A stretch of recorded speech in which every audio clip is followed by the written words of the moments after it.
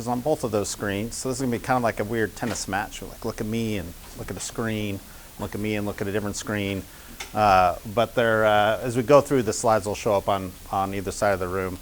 I was, originally, this was supposed to be done by a man named Oz, but his name is Oz. He didn't want to go to Kansas. So I came here instead. Thank you for having us today. My name, as we mentioned, we're going to talk a little bit about AI. And to start with AI, and I know a lot of people have seen a lot about AI, but I thought I'd just take a couple minutes and talk about some of the various technologies that became a foundation of AI. So first is machine learning. Machine learning has been around for a long time. One of the best examples of machine learning is CAPTCHA. So everybody remembers doing CAPTCHA. If you didn't know, they were all using you. Almost every time when they say, oh, that's not a stop sign, every time they said, oh, that's not a stop sign, and you would do another round, one of those rounds was testing you, and one of those rounds, they were using you to build out their data set. And so there wasn't, all the pictures weren't created by somebody manually creating those. They were throwing a bunch of images and testing their own image evaluator. And that's really one of the first big commercial examples of machine learning was CAPTCHA. I hope we all feel used. We were all used for 10 years. Next came Zillow. So Zillow is, I'm trying to remember how long it was, maybe 17 or so years, the first Zillow. Zillow was the first real use of deep learning. And the important part about Zillow, they go out and estimate your house prices, but they started using their own data sets as their control points. Where CAPTCHA used people as their control point, Zillow started using their own data sets, which is generally called deep learning. And so as Zillow would make an estimate for your house, and then your house would sell, it would go back and look, how close was my estimate to each one of these houses? Then it would go back and update its algorithm, and then kind of keep doing that recursively. And that's really how Zillow came. And that's one of the best kind of commercial examples of deep learning. And those, for a long time, were the only real commercial examples. I mean, there's a few, but those are the kind of categories. Machine learning and deep learning until ChatGPT came out, and that started the first level of conversational AI. There was one little mini step before that. How many people remember on their phones when they would start text messages and would try to predict your next word? That was kind of the beginnings of chat. It was estimating what is the next word that completes this sentence. And that's essentially how ChatGPT works, especially the early 2.5 and 3.0 models, is it wasn't thinking about an entire paragraph as a response. It was thinking, what's the most predictive next word? But that's the same thing that it was on your phone texting 5 or 6 years ago. So that's really where things kind of have come from. Just a little high-level overview. As we move forward, the next big evolution is agentic AI. And that's what we're mostly going to talk about today, is agentic AI. So I want to introduce to you Olivia. I don't know if this was AI generated. It was done by our marketing team. Could have been AI generated. Could have been a stock photo. But agentic AI is really attempting to replace a human. Now, when somebody calls into a help desk, you could have 100 different forms, and we'll talk about this in a second, but you could have 100 different forms for I have this type of user onboarding or this slightly different user onboarding, and you could accomplish what a person does with hundreds of forms, letting the end user make a decision as to this is the form that I need in order to fill out and take a bunch of automated actions. The difference between a human and an agentic AI is understanding from natural language what is the real intent of the end user, or in this case a consumer of the AI, what is the right next step and what's the data that's needed, and making all those small little decisions that somebody does every day. So what Olivia does generally is Olivia, who does onboarding, it's alliteration, that's why we called her Olivia, as she goes through today, it takes on average about 20 minutes to onboard a user, create profiles in AD, give rights, potentially copy some other user, set initial passwords. It takes about 20 minutes on average per individual to go through the process of fully onboarding a user. And so this is one of the first attempts that we did about a year ago to build out an agentic AI who could take care of all of those edge cases of onboarding a user without having to have a form that had 200 different values on it for somebody to either put in or skip or put in or skip, to be able to take some basic information, make the correct decisions about what's the next step, and to take that next step. So we kind of break that down just a little bit and kind of talk about what a digital worker or agentic AI. It's taking the concept of that initial conversational AI. I want to get information from a user. I want to interpret what that information is, and I'm going to make some decisions.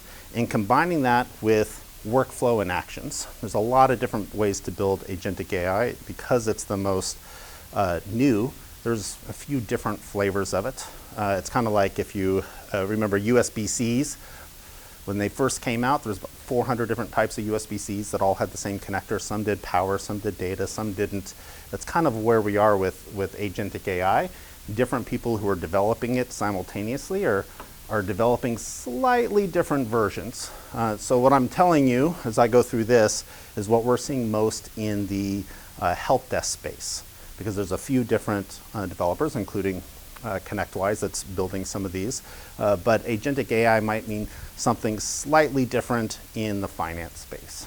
So a little bit of a caveat to agentic AI. But so what that digital worker is, it is AI backed, is an AI backend, and its job is just to assist with, in this case, IT operations. It should be able to do some proactive monitoring, some proactive troubleshooting, and we'll talk about that in a second.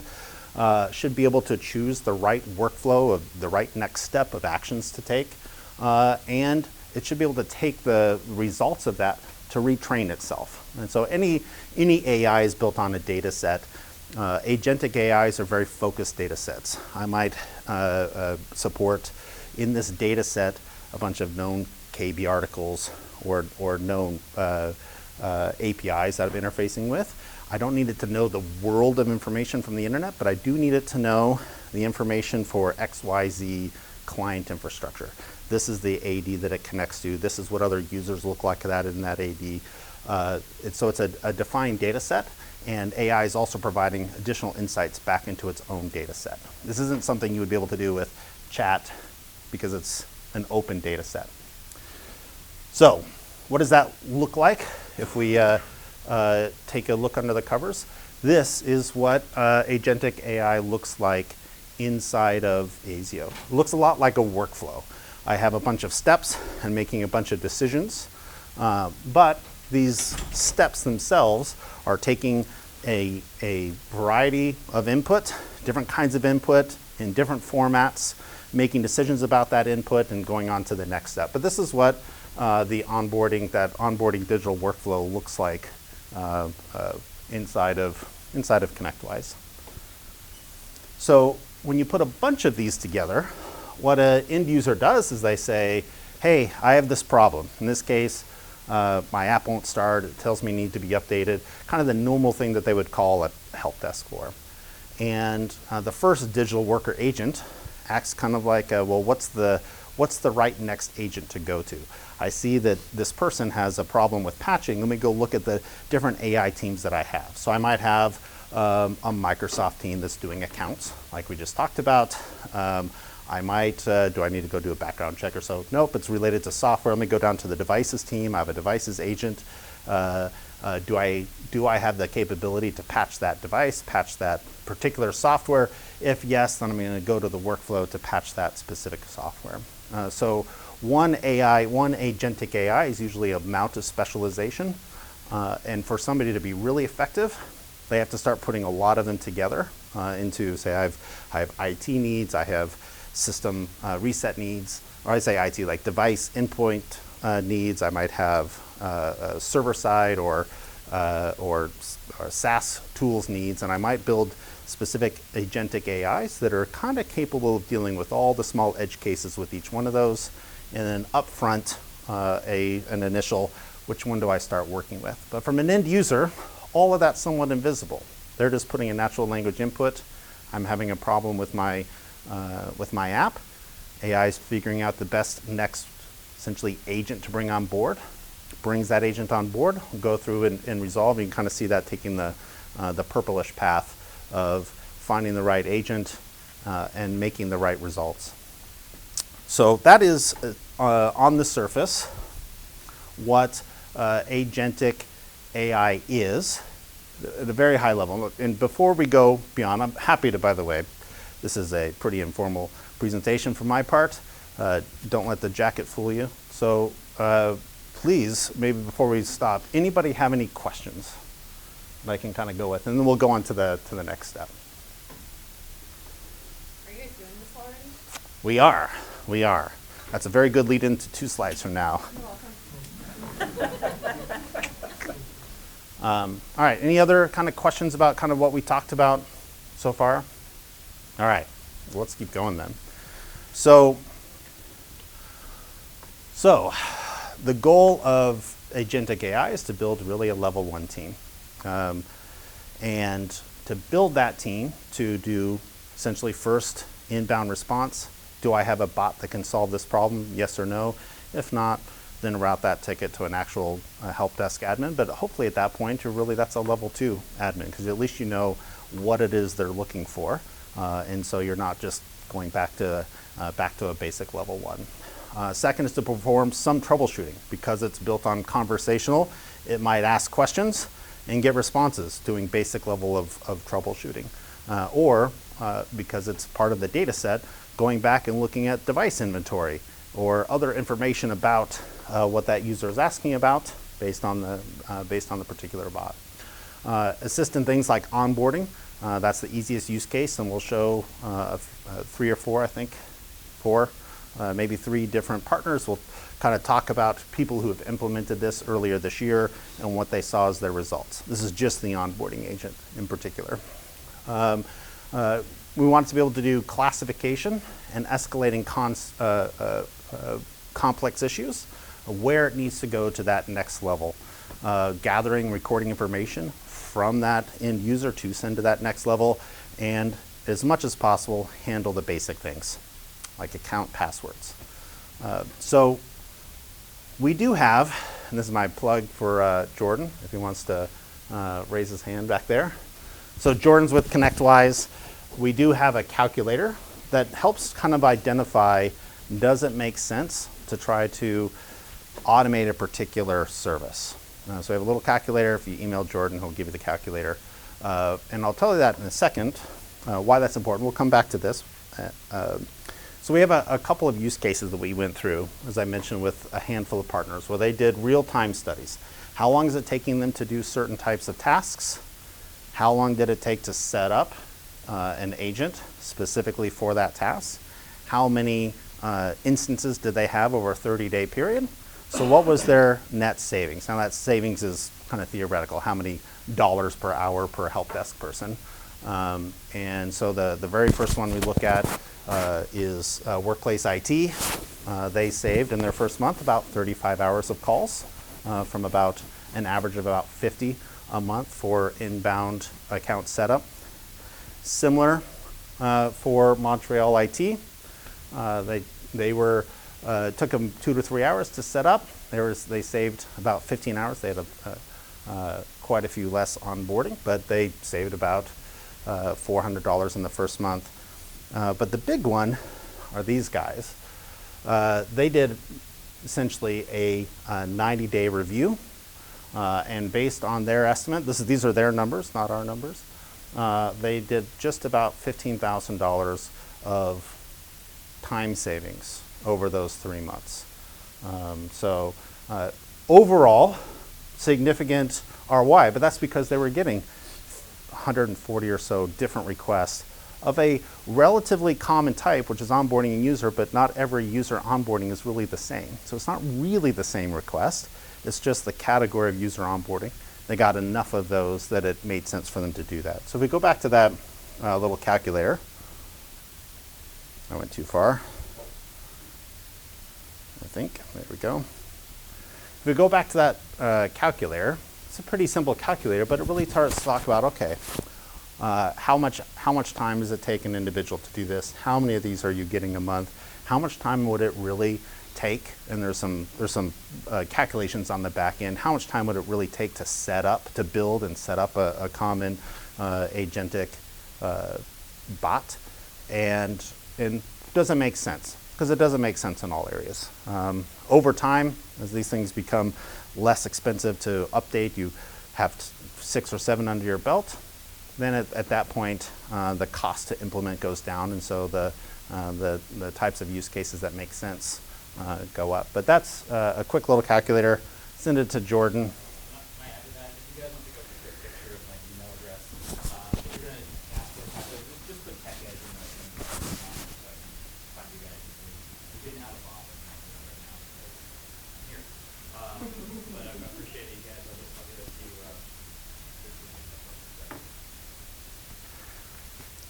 you. He originally put my name on there. I was like, no way, Jordan. So let's keep going forward here. So this is important, and I know I started with a kind of a very early history, but it's important for everybody to know that history because this is projected to be a pretty significant industry. Overall, AI, it's a big category of AI, is expected to be about $1.3 trillion by year 2030.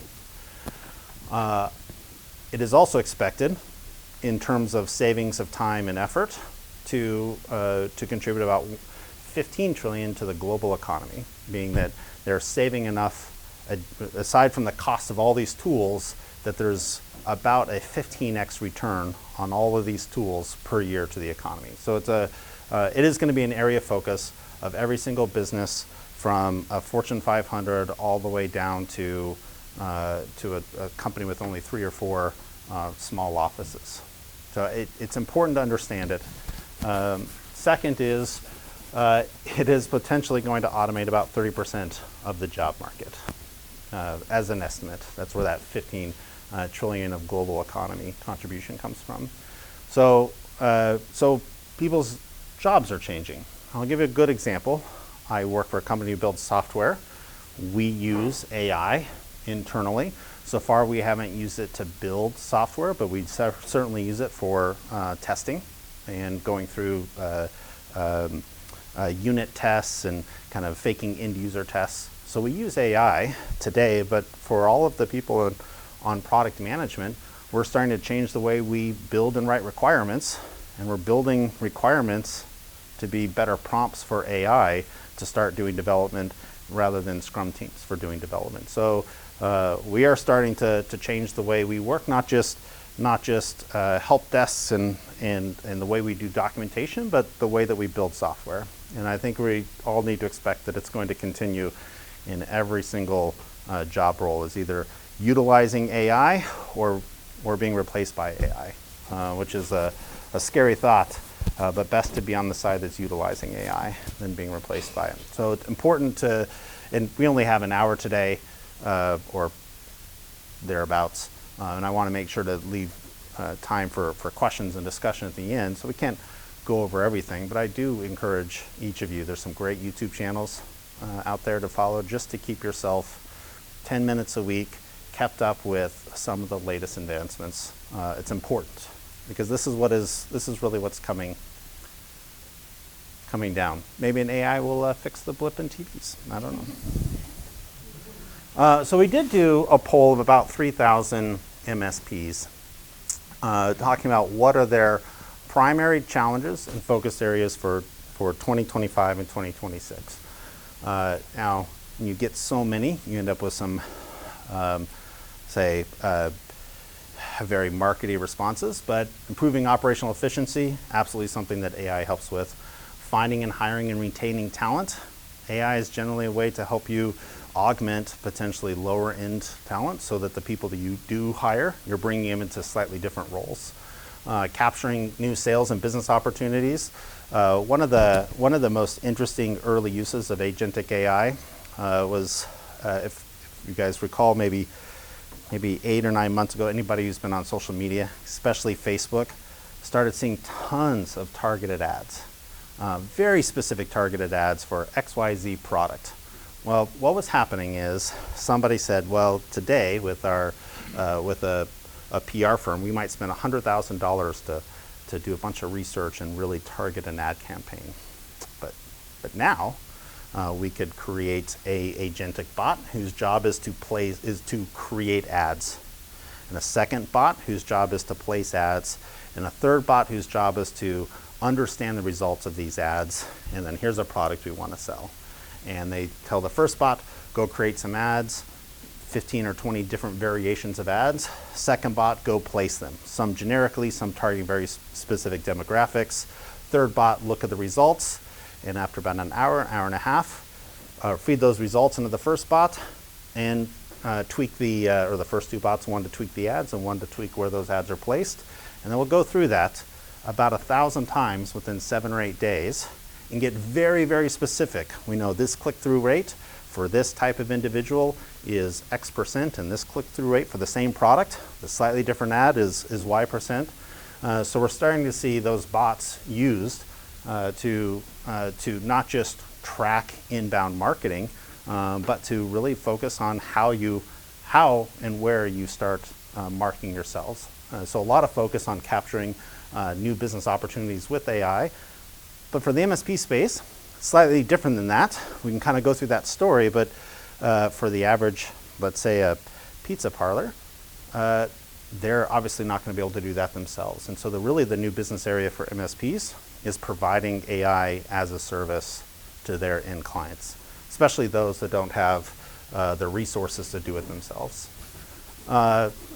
We also have protecting against cyber attacks. AI is being used quite a bit inside of SOCs. It's used inside our SOC. I unfortunately had to miss the Huntress presentation today, but I'm sure it's being utilized inside of the Huntress SOC. One of the big areas, analyzing inbound threats, analyzing behavior. It is part of defending against cybersecurity attacks. But for some of these partners, they want to make sure they have the right tech stack inside their environment. AI is part of that tech stack. A couple of things about AI, just show of hands. How many people in their company today, most people are all one company, so this is probably pretty unanimous. How many people today utilize either chat or Perplexity or one of those prompts kind of in their day-to-day business? Most people. All right. So one, just caution, it's a cautionary tale. Early chat, very early chat in October, November or so of 2022 when it first came out. Amazon has this method for their meetings. It's called the Amazon Way. You don't do presentations, you don't do slides, you write basically a 5-page memo. Everybody sits down for the first 15 minutes, reads the memo, and then they have their meeting and discussion. Nobody likes writing memos. So people were putting bullets into chat and saying, hey, turn this into a memo for me. But that means they were just feeding chat with all of the next 5 years of Amazon strategy because they were feeding into it.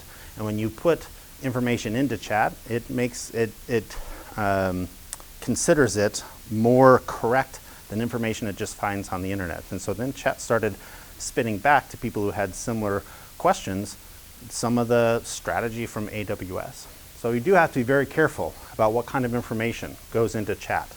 Another good example, early on, there was one of our partners was doing this. They were putting correct my PowerShell script. It's not working. They would cut and paste the PowerShell script. That PowerShell script had passwords in it, or it had IP addresses in it, and AI would do exactly what it needed to do. It would correct the script, but also it saved those bits of information. And so when somebody else asked for a similar script about, I don't know, connecting to a printer, out came potentially passwords that came in from the script that put in. So creating that tech stack is also creating a safe AI environment for partners. Most all large corporations have very segmented AI. We have AI built into our products, but that AI that's built in our product is not this, while it's based on some of the same models, it doesn't connect to, say, OpenAI. It may use an OpenAI model, but is totally segmented. And one of the things that we need to do kind of as an IT community, is help end users understand the difference between asking a random question that doesn't create a PII issue, or giving them the ability to have a safe AI that they can use that might connect to their CRM tool, so they can ask very specific questions, get very specific answers, but without leaking information. So tech stack is an important part of it. Establishing pricing and packaging, a common one always for MSPs, and then general M&A guidance. Another common one for MSPs is they often are, anytime a small business acquires another business, IT is part of that M&A and guiding. Probably not a lot of activity yet for AI, but it will come as they start doing network scans or network assessments.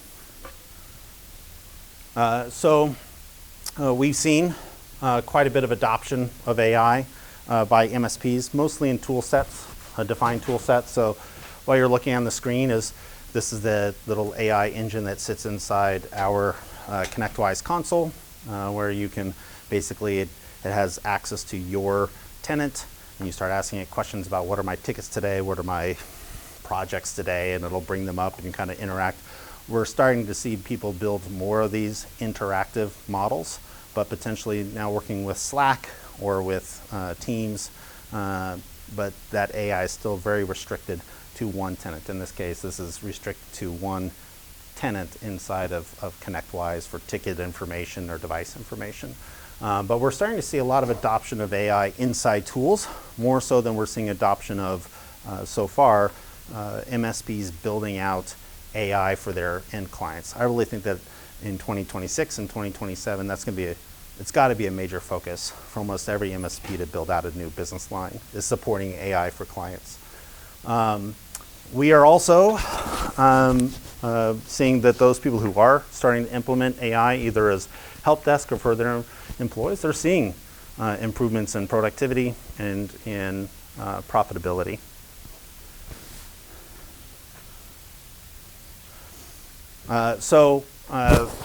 As we kind of see where you stack up against various peers or the people that you talk to, in 2023, about a third of all MSPs reported some sort of investment in AI.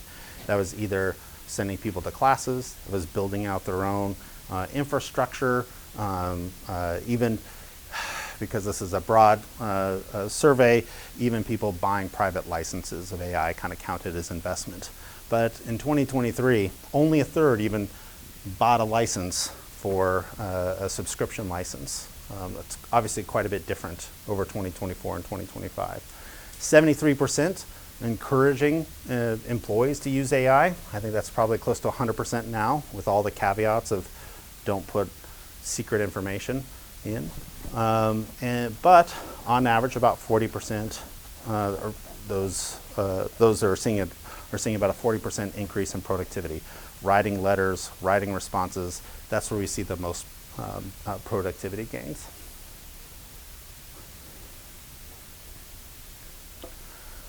So we talked about all of those big challenges for MSPs, improving operational efficiency, talent, cyber attacks.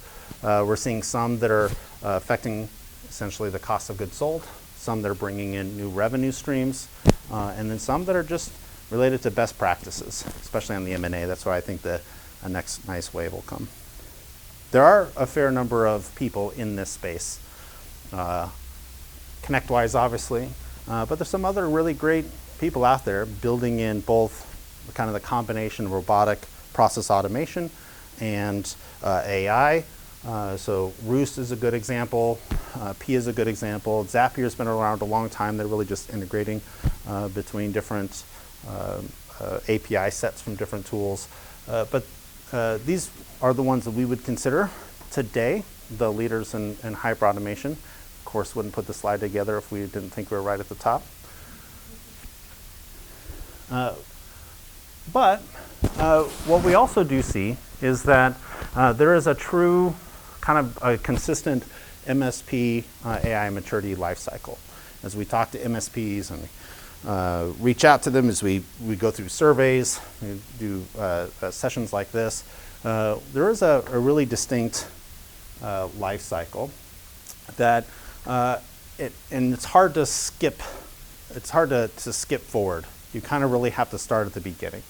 It is hard to skip forward. I have a quick story. One of our offices is in Pune, and we were there a few weeks back, and a friend of a friend has a like horse park way out in the, it's like 1,000 or 100 or so kilometers miles from the office. We went there the weekend, and this it was like 6 in the morning, and this woman walked up, created a broom out of branches, started sweeping, came up to a retina eye scanner, and scanned in. So her time card was a retina scanner, but she was still using essentially a collection of sticks as a broom. And I asked the guy, like, how in the world does this happen? How do you have a retina eye scanner for somebody as their time card, and you're not providing brooms? And he said, there's certain things that you can really skip. We couldn't, a lot of people are still illiterate. You couldn't use a regular time card, or they would cheat and check their friends in. You couldn't use fingertip scanner. He tried that, but everybody's fingertips just were too roughed up to work.